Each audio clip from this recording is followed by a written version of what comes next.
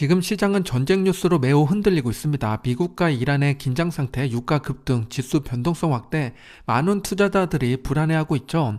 여기서 질문을 하나 드리겠습니다. 지금 흔들리는 건 가격일까요? 아니면 구조일까요? 젠슨왕은 말하고 있습니다. 연산이 곧 매출이다. 전쟁은 소음일 수 있지만 연산은 구조죠. 오늘은 이 같은 공포 속에서 정부와 기업의 돈이 어디로 흐르는지, 우리가 지금 집중해야 될 게 무엇인지 확인해 보겠습니다. 시작 전에 이런 영상을 계속 받아보고 싶으시다면 구독과 좋아요 그리고 따뜻한 댓글 부탁드립니다. 여러분의 관심이 저를 행복하게 합니다. 감사합니다. 지금 화면을 보면 흥미로운 숫자가 보이죠? 보잉은 47배, 월마트는 38배, 스타벅스는 32배입니다. 그런데 엔비디아의 포워드 PE 레시오는 16배밖에 안 되죠? AI 인프라를 장악한 기업이 소비재 전통 제조업보다 낮은 밸류에이션을 받고 있는 상황입니다. 시장은 지금 성장보다 안정에 프리미엄을 더 주고 있는 거죠? 그런데 연산이 계속 늘어난다면 이 숫자는 어떻게 바뀔까요? 과거에는 빅테크가 소비재보다 항상 높은 프리미엄을 받았죠. 성장에 대한 기대가 밸류에이션에 그대로 반영되는 시기였습니다. 그런데 지금은 다르죠. 성장주의 평균 포워드 PE 레시오가 소비재와 거의 비슷한 수준까지 내려왔습니다. 구조는 그대로인데 프리미엄만 사라진 상태인데요. AI 연산 수요가 줄어든 걸까요? 아니면 시장이 공포에 과도하게 할인하고 있는 걸까요? 트럼프의 이란 관련 발언 이후에 시장 변동성이 다시 커지고 있습니다. 전쟁 리스크와 유가 급등으로 지수는 혼란에 빠졌고 투자 심리는 빠르게 흐르고 있습니다. 이런 트럼프의 발언은 시장을 흔들 수밖에 없는 거죠. 투자의 새로운 규칙을 보면 소음과 구조는 구분하라고 말하고 있습니다. 지금 흔들리는 건 가격이지 산업의 구조가 아닌 거죠. 연산은 멈추지 않았고 오히려 더 빠르게 확장될 가능성이 커졌습니다. 미국 정부 지출과 GDP의 비율을 보면 2000년에 36%에서 팬데믹 때는 47%까지 급등했습니다. 지금도 41% 수준인데요. 정부는 위기 때마다 돈을 줄이지 않고 오히려 더 썼습니다. 지금 늘어난 예산의 방향은 어디로 갈까요? AI 국방 보안입니다. 가격은 흔들려도 정부의 지출 구조는 AI 중심으로 이동하고 있습니다. 이 흐름을 거스르는 시장이 과연 오래 갈 수 있을까요? 이번에는 M2 통화량을 보겠습니다. 2020년 팬데믹 때 급격하게 M2를 늘렸고 2022년도에는 살짝 줄였다가 현재는 꾸준히 통화량을 늘리고 있습니다. 신기하게도 M2 통화량의 방향은 미국 증시와 매우 흡사한데요. 즉 통화는 결국 자산 시장으로 흘러간다는 이야기죠. 유동성이 늘어날수록 미래 현금 흐름에 대한 할인율이 낮아지고 성장주의 민감도는 커지게 됩니다. 정부 지출은 높고 통화는 다시 증가하는 방향으로 가고 있는데요. 이는 미국뿐만 아니라 대부분의 국가에서 취하고 있는 방향입니다. 앞으로 다가올 AI 시대에 뒤처지지 않기 위한 모두의 노력인 거죠. 우리의 투자도 같은 방향이어야 합니다. 잠깐 현재 대회 상황을 살펴보면 이란 혁명 수비대가 호르무즈 해협을 통과하는 선박을 모두 허용하지 않겠다고 발표했습니다. 사실상 해협이 봉쇄된 거나 마찬가지죠. 유가는 전쟁이 시작됐다는 소식과 함께 단숨에 $70를 돌파했습니다. 그 뒤로 계속 $70 위에서 내려오지 않고 있죠. 투자자 입장에서 바라보면 단기적인 이슈일 경우 $70 선에서 금방 종료될 것이고 전쟁이 장기화된다면 인플레이션 압박이랑 고금리 장기화가 진행될 가능성이 있습니다.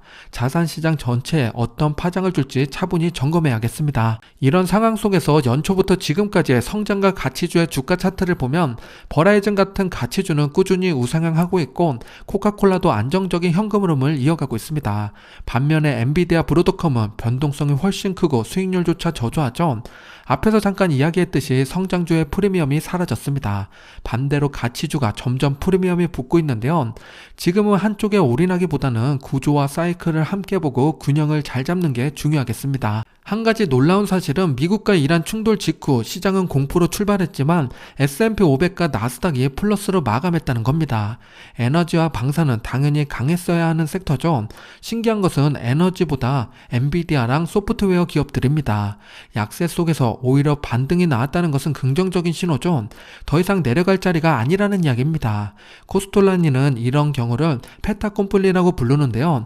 우리는 이런 기업에 관심을 가져야 합니다. 지금은 공포에 휩쓸리기보다 돈이 어디로 흘러가는지 읽어야 할 때입니다. 우리가 엔비디아를 비롯해 AI 관련된 기업에 투자하기 꺼려하는 이유는 다음과 같은데요. 기대치가 높아서 실적이 좋아도 주가가 하락하고 과한 캐펙스 투자 다음에 축소가 일어나지 않을까에 대한 부담, 마지막으로 공급 증가로 수요가 둔화될까에 대한 우려입니다. 현재 엔비디아가 주가가 하락한 이유도 여기에 있는 거죠. 이번 실적 발표에서 젠슨항의 이야기를 들어보면 모두 정답을 갖고 있었습니다. 그 내용이 뭔지 잠깐 살펴볼게요. 이번 실적 발표에서 젠슨항은 이렇게 이야기했습니다. AI는 새로운 전기이고 모든 산업이 AI 위에서 재편된다고 했는데요. 실제로 데이터 센터 매출은 사상 최고치를 경신했고 수요는 여전히 공급을 앞서고 있습니다. 시장은 단기 변동성에 흔들리지만 회사는 구조적 성장 스토리를 강조하고 있습니다. 지금은 숫자보다 방향을 봐야 할 구간이죠. AI 인프라 투자 사이클이 아직 끝나지 않았다는 메시지입니다. 그게 이번 발표의 핵심이었고요. 끝으로 연산은 곧 매출이란 이야기를 했습니다. 우리가 투자해야 될 방향은 이 단어에 모두 담겨 있었는데요.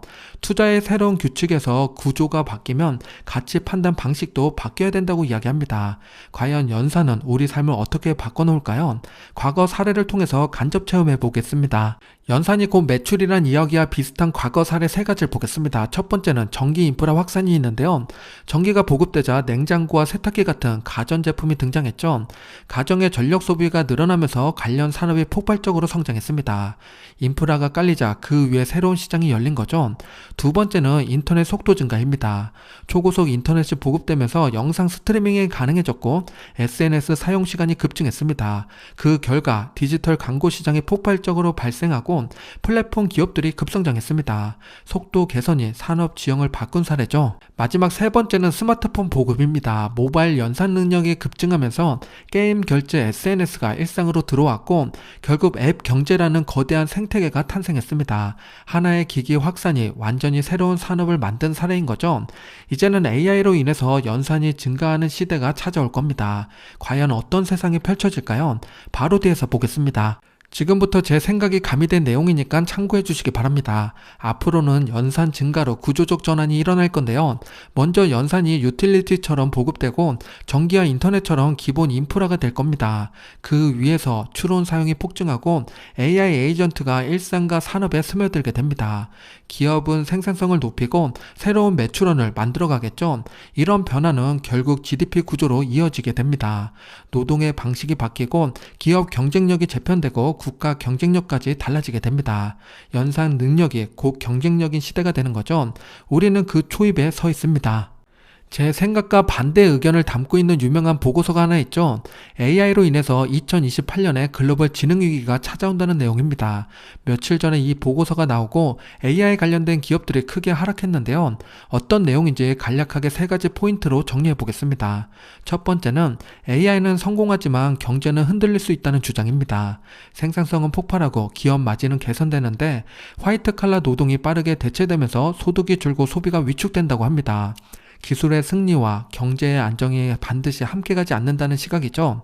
두 번째는 소비 붕괴가 신용 붕괴로 이어질 수 있다고 합니다. 소비가 줄면 주담대 연체가 늘고 사스, 중개, 결제 같은 비즈니스가 압박을 받게 됩니다. 신용이 경색되면 시장 전반으로 충격이 확산될 수 있다는 논리죠. 마지막 세 번째는 이런 상황의 결과인데요. 2028년에 S&P 500이 38% 급락하고 실업률은 10.2%까지 오른다고 합니다. 국채금리는 3.2%가 될 거라고 하는데요. 가능성의 크기를 떠나서 우리가 점검해야 될 리스크를 짚어주고 있습니다. 비관적인 시나리오와 낙관적인 시나리오를 함께 놓고 보면 공통점이 하나 있는데요. 결국 AI는 더 발전한다는 점입니다. 차이는 그 파급 효과죠. 노동과 소비는 압박을 받을 수 있지만 동시에 AI 인프라와 반도체, 소프트웨어 산업은 더 커질 가능성이 큽니다. 구조적 변화는 피할 수 없는데요. 그렇다면 우리는 무엇을 준비해야 될까요? 노동소득만 바라보기보다 자본소득으로 균형을 맞추는 전략이 필요합니다. 지금은 우리의 노동을 방어하기 위해선 AI 투자라는 관점이 필요한 시점입니다. 그래서 저는 얼마 전에 있었던 드러켄 밀러의 인터뷰가 더 와닿았는데요. 그는 완벽한 확신이 생긴 뒤에 투자하는 게 아니라 변화의 조짐이 보이며 먼저 들어가고 이후에 계속 점검한다고 말했습니다. 테바가 그 사례였는데요. 퍼가 6배 지루한 제네릭 회사였지만 바이오시뮬러 전략 전환을 읽고서 선제적으로 투자했습니다. 이후 시장의 변화를 인정하고 멀티플을 재평가받게 된 건데요. 결국 그는 현재 실적이 아니라 앞으로 달라질 인식을 샀던 겁니다. 인터뷰 내용을 조금 더 자세히 보면 드러켄밀러의 핵심은 단순한 기술이 아니라 구조 변화를 보는 겁니다. 그는 완벽한 확신을 기다리지 않죠. 변화의 방향이 보이면 먼저 들어가고 확신이 커질수록 비중을 늘립니다. 그걸 사이징이라고 이야기했는데요. 시장이 아직 따라오지 못한 속도를 노리는 전략입니다. 하지만 방향이 맞아도 비중이 틀리면 그 의미가 없어지겠죠. 결국 승부는 통찰과 함께 포지션 크기에서 결정됩니다. 드러켄밀러의 투자 철학을 적용해보면 지금 AI는 단순한 테마가 아니라 산업 구조를 바꾸는 흐름인 거죠. 그 관점에서 지금 투자하기 좋은 저평가된 AI 연상 관련 기업 2개를 소개드리겠습니다. 투자 추천이 아니니까 참고로 봐주시기 바랍니다. 첫 번째 기업은 엔비디아입니다. AI 인프라의 핵심, 연산의 중심에 있는 회사죠. 현재 7개월째 행보하고 있는데요. 주요 애널리스트 목표 주가를 보면 260에서 300달러를 제시하고 있습니다. 현재 182달러니까 최소 43% 상승 모멘텀이 있는 거죠. 데이터 센터 수요는 여전히 견조합니다. 단기 변동성은 있겠지만 구조적 성장 흐름은 유효한 거죠. 연산이 늘어나는 한 엔비디아의 역할은 계속 커질 가능성이 높습니다.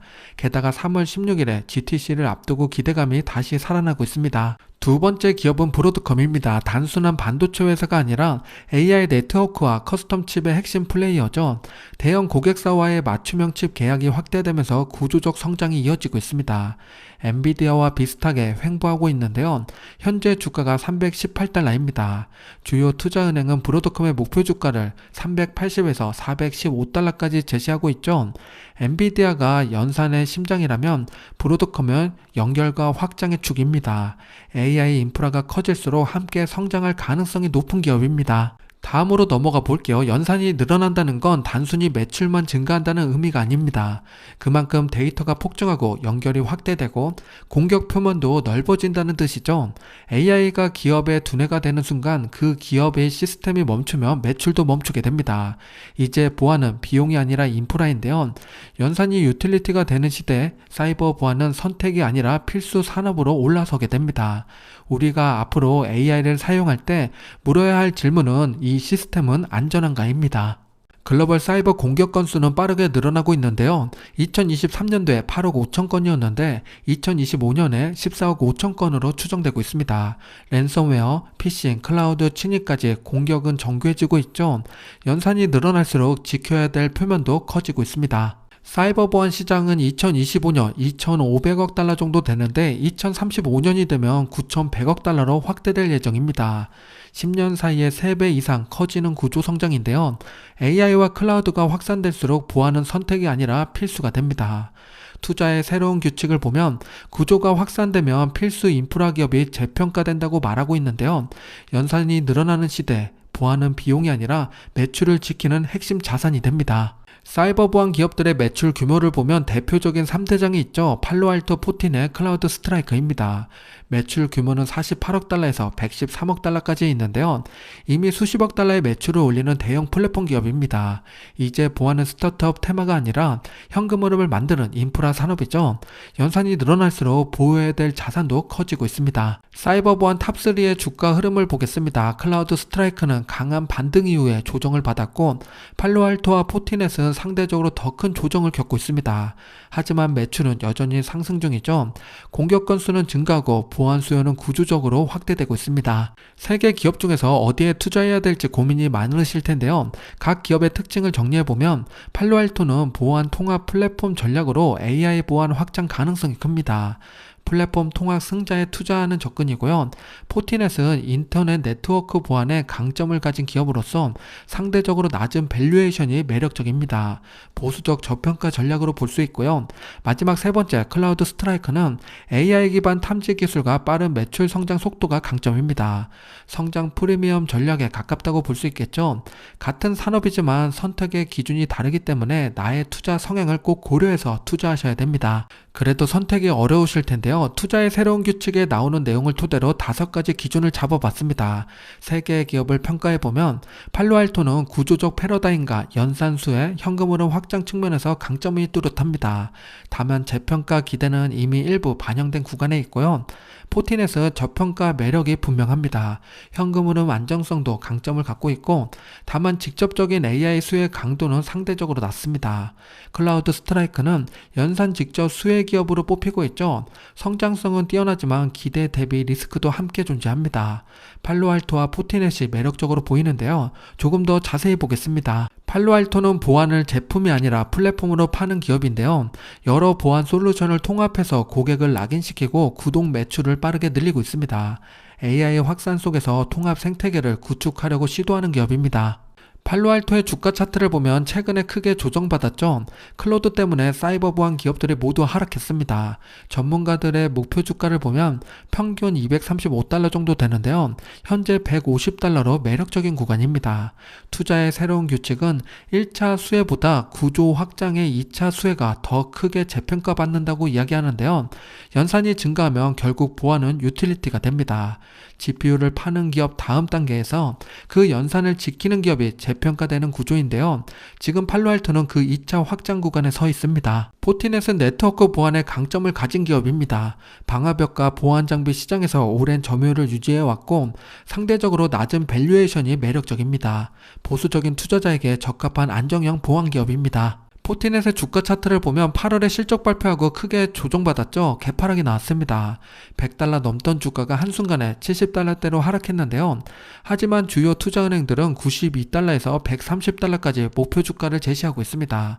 네트워크 보안 장비 분야의 강자이고 현금 흐름이 안정적인 기업입니다. 지금까지 내용을 보면 연산은 늘고 있고 보안도 따라 성장하고 있습니다. 그런데 한 가지 놓치고 있는 게 있는데요. 연산이 아무리 늘어나도 전기가 없으면 돌아가지 않는다는 거죠. 데이터 센터는 점점 더 많은 전력을 요구하고 있습니다. AI 학습과 추론은 기존 산업보다 훨씬 높은 전력 밀도가 필요한데요. AI 시대의 진짜 병목은 이제 칩이 아니라 전력입니다. 다음 단계를 준비한다면 에너지 인프라입니다. 흥미로운 건 주요 기업 CEO들이 같은 방향을 말하고 있다는 점인데요. 엔비디아는 연산 수요 폭증을, 마이크로소프트와 메타는 데이터 센터 확장을, 테슬라는 전력 인프라의 중요성을 언급하고 있습니다. 기업은 이미 다음 병목을 알고 있다는 거죠. 연산 다음 단계는 전력입니다. 지금 시장보다 CEO들이 더 빠르게 움직이고 있습니다. 투자의 새로운 규칙을 보면 구조적 병목이 생긴 곳에서 초과 수익이 발생된다고 말합니다. 미국에서 상장된 AI 전력 기업들을 보면 다음과 같은데요. 앞으로 데이터 센터는 더 많은 전력을 요구할 겁니다. 그 수혜받는 기업들이 여기 모여 있는 거죠.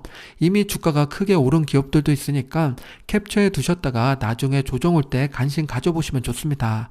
어차피 긴 호흡으로 성장할 산업이니까 급하게 서두를 필요 없습니다. 지금까지 내용을 정리하면 연산이 곧 매출이라는 구조 속에서 우리의 투자 포인트는 3가지였습니다.